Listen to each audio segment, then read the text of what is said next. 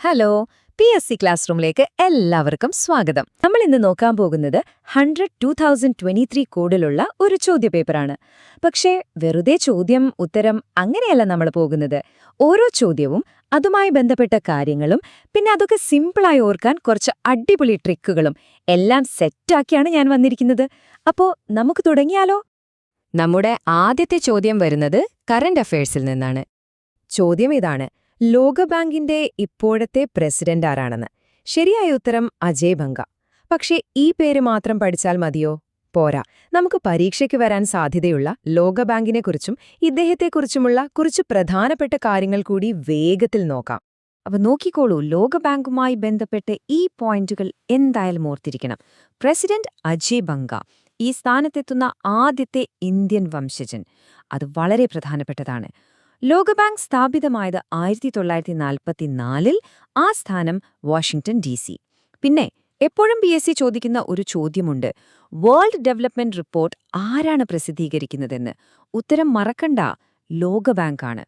ശരി, ഇനി നമുക്ക് നേരെ ചരിത്രത്തിലേക്ക് പോകാം. ഫ്രഞ്ച് വിപ്ലവവുമായി ബന്ധപ്പെട്ട ഒരു ചോദ്യമാണ് അടുത്തത്. ഈ ഭാഗത്ത് ഒരുപാട് പേരുകളുള്ളതുകൊണ്ട് അങ്ങോട്ടും ഇങ്ങോട്ടും മാറിപ്പോകാൻ നല്ല സാധ്യതയുണ്ട്. പക്ഷെ പേടിക്കേണ്ട, നമുക്ക് കിടിലൻ കോഡുകൾ വെച്ചിത് പഠിക്കാം. ഫ്രഞ്ച് വിപ്ലവത്തിന്റെ പ്രവാചകൻ ആരാണത്? പക്ഷേ നമുക്ക് വെറുതെ ഉത്തരം മാത്രം പഠിച്ചു പോയാൽ പോരല്ലോ. ഈ ഓപ്ഷനിലുള്ള മറ്റുള്ളവരും വളരെ പ്രധാനപ്പെട്ട ആൾക്കാരാണ്. അവരോരോരുത്തരും എന്തൊക്കെയാണ് പറഞ്ഞതെന്ന് നമുക്ക് വ്യക്തമായിട്ട് തന്നെ മനസ്സിലാക്കാം. ആദ്യം നമുക്ക് ആഡം സ്മിത്തിനെ പരിചയപ്പെടാം. സാമ്പത്തിക ശാസ്ത്രത്തിന്റെ പിതാവ് എന്ന ചോദ്യം എവിടെ കണ്ടാലും പിന്നെ വേറൊന്നും ആലോചിക്കരുത്. ഉത്തരം ആഡം സ്മിത്താണ്. അദ്ദേഹത്തിന്റെ ചിന്തകളെല്ലാം എപ്പോഴും സമ്പദ്വ്യവസ്ഥയെ ചുറ്റിപ്പറ്റിയായിരുന്നു. ഇനി ഇദ്ദേഹത്തിന്റെ പേരെങ്ങനെ ഓർക്കും? ഒരു സിമ്പിൾ ട്രിക്കുണ്ട്.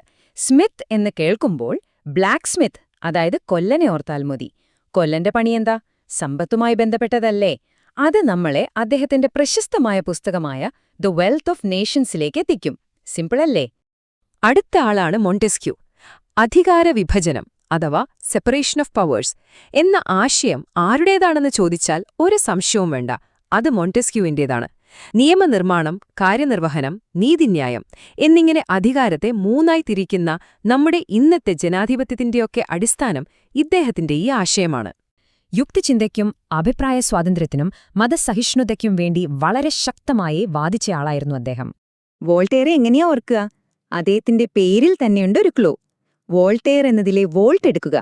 വോൾട്ട് എന്ന് കേൾക്കുമ്പോൾ നമുക്ക് ബൾബ് ഓർമ്മ വരില്ലേ? ബൾബ് തരുന്നത് വെളിച്ചമാണ്. അദ്ദേഹം പകർന്നു നൽകിയ യുക്തിചിന്തയുടെ വെളിച്ചമായിട്ട് അതിനെ കണക്കാക്കിയാൽ മതി. ഇനി മറക്കില്ലല്ലോ. നമ്മുടെ ലിസ്റ്റിലെ അവസാനത്തെ ആളാണ് റൂസോ. മനുഷ്യൻ സ്വതന്ത്രനായി ജനിക്കുന്നു, പക്ഷേ എല്ലായിടത്തും അവൻ ചങ്ങലകളിലാണ് എന്ന ആ ഫേമസ് ഡയലോഗ് ഇദ്ദേഹത്തിന്റേതാണ്. വിപ്ലവത്തിന് ശരിക്കും തീ കൊളുത്തിയ ഒരാശയമായിരുന്നു ഇത്. ഇനി റൂസോയെ ഓർക്കാൻ അദ്ദേഹത്തിന്റെ പേരിനെ റൂൾ എന്ന വാക്കുമായിട്ടൊന്ന് കണക്ട് ചെയ്തു നോക്കൂ. റൂൾ എന്ന് വെച്ചാൽ ഭരണം അല്ലെങ്കിൽ നിയമം എന്നൊക്കെയല്ലേ? ജനങ്ങൾ ഒരുമിച്ച് ഭരിക്കപ്പെടാനായി ഉണ്ടാക്കുന്ന ഒരു കരാർ അഥവാ കോൺട്രാക്റ്റാണ് സോഷ്യൽ കോൺട്രാക്ട്. അങ്ങനെ അദ്ദേഹത്തിന്റെ പ്രധാന പുസ്തകം നമുക്ക് എളുപ്പത്തിൽ ഓർക്കാം. നമ്മുടെ അടുത്ത ചോദ്യം ഭരണഘടനാ ചരിത്രത്തിലെ വളരെ പ്രധാനപ്പെട്ട ഒരു ഭാഗത്തു നിന്നാണ്. ബിൽ ഓഫ് റൈറ്റ്സ് അഥവാ അവകാശ പത്രിക. ഇംഗ്ലണ്ടിൽ ബിൽ ഓഫ് റൈറ്റ്സ് ഒപ്പുവെച്ച വർഷമേതെന്നാണ് ചോദ്യം. ഉത്തരം 1689. ഈ വർഷം വളരെ പ്രധാനപ്പെട്ടതാണ്, എന്തായാലും ഓർത്തുവെക്കണം. അപ്പോ എന്താണ് ഈ ബിൽ ഓഫ് റൈറ്റ്സ് എന്ന് സിമ്പിളായി പറഞ്ഞാൽ, ഒരു രാജ്യത്തെ പൗരന്മാർക്ക് ഭരണഘടന ഉറപ്പു നൽകുന്ന കുറച്ച് അടിസ്ഥാന അവകാശങ്ങളുടെ ഒരു ലിസ്റ്റാണിത്. സർക്കാരിന്റെ അധികാര ദുർവിനിയോഗത്തിൽ നിന്നും നമ്മുടെയൊക്കെ സ്വാതന്ത്ര്യം സംരക്ഷിക്കുക, അതാണിതിന്റെ പ്രധാന ലക്ഷ്യം. ഇവിടെയാണ് പലർക്കും തെറ്റുപറ്റാൻ സാധ്യതയുള്ള ഒരു ഏരിയ. രണ്ട് പ്രധാനപ്പെട്ട ബിൽ ഓഫ് റൈറ്റ്സ് ഉണ്ട്. ഒന്ന് 1689-ലെ ഇംഗ്ലീഷ് ബിൽ ഓഫ് റൈറ്റ്സ്, മറ്റൊന്ന് 1791-ലെ അമേരിക്കൻ ബിൽ ഓഫ് റൈറ്റ്സ്. ഇതിൽ നമ്മുടെ ഇന്ത്യൻ ഭരണഘടനയിലെ മൗലികാവകാശങ്ങൾക്ക് പ്രചോദനമായത് അമേരിക്കൻ ബിൽ ഓഫ് റൈറ്റ്സ് ആണെന്നുള്ള കാര്യം പ്രത്യേകം ഓർത്തുവെക്കണേ. ഇതാ നിങ്ങൾക്കായി ഒരു ബോണസ് പോയിന്റ്. 1689-ലെ ഇംഗ്ലീഷ് ബിൽ ഓഫ് റൈറ്റ്സിനെ രണ്ടാം മാഗ്ന കാർട്ട എന്നും വിളിക്കാറുണ്ട്. കാരണം മാഗ്ന കാർട്ട പോലെ ഇതും രാജാവിന്റെ അധികാരങ്ങൾക്കൊരു ബ്രേക്ക് ഇട്ട ഒരു സംഭവമായിരുന്നു. ശരി, അപ്പോൾ നമ്മൾ ഇന്നത്തെ അവസാനത്തെ ചോദ്യത്തിലേക്ക് കടക്കുകയാണ്. ഇന്ത്യൻ ഭരണ സംവിധാനത്തിലെ വളരെ പ്രധാനപ്പെട്ട ഒരു സ്ഥാപനമായ നീതി ആയോഗിനെക്കുറിച്ചാണ് ചോദ്യം നീതി ആയോഗിന്റെ ആദ്യത്തെ വൈസ് ചെയർമാൻ ആരായിരുന്നു എന്നാണ്. അതിലേക്ക് വരുന്നതിനു മുൻപ് നമുക്കെന്താണ് നീതി ആയോഗ് എന്ന് പെട്ടെന്ന് നോക്കാം. പണ്ട് പ്ലാനിംഗ് കമ്മീഷൻ ഉണ്ടായിരുന്നില്ലേ? അതിനു പകരമായി വന്ന കേന്ദ്ര സർക്കാരിന്റെ പ്രധാനപ്പെട്ട ഒരു തിങ്ക് ടാങ്ക് അഥവാ ഉപദേശക സമിതിയാണ് ഈ നീതി ആയോഗ്. ഇത് നിലവിൽ വന്ന തീയതി ഓർത്തുവെക്കാൻ ഒരു എളുപ്പപ്പണിയുണ്ട്. പുതുവർഷത്തിൽ പുതിയ നീതി എന്ന് ഓർത്താൽ മതി. അതായത് 2015 ജനുവരി 1-നാണ് നീതി ആയോഗ് സ്ഥാപിതമായത്. അപ്പൊ നമ്മുടെ ചോദ്യത്തിന്റെ ഉത്തരം കിട്ടിയില്ലേ? ആദ്യത്തെ വൈസ് ചെയർമാൻ അരവിന്ദ് പന്നഗിരിയ. എന്നാൽ ബാക്കിയുള്ള സ്ഥാനങ്ങൾ കൂടി നോക്കിക്കോളൂ. നീതി ആയോഗിന്റെ ചെയർമാൻ എപ്പോഴും പ്രധാനമന്ത്രിയായിരിക്കും. ഇപ്പോഴത്തെ വൈസ് ചെയർമാൻ സുമൻ ബെരിയാണ്. ആദ്യത്തെ സിഇഒ സിന്ധു ശ്രീഖുള്ളറും ഇപ്പോഴത്തെ സിഇഒ BVR സുബ്രഹ്മണ്യവുമാണ്. ഈ പേരുകളെല്ലാം വളരെ വളരെ പ്രധാനപ്പെട്ടതാണ്, മറക്കരുത്.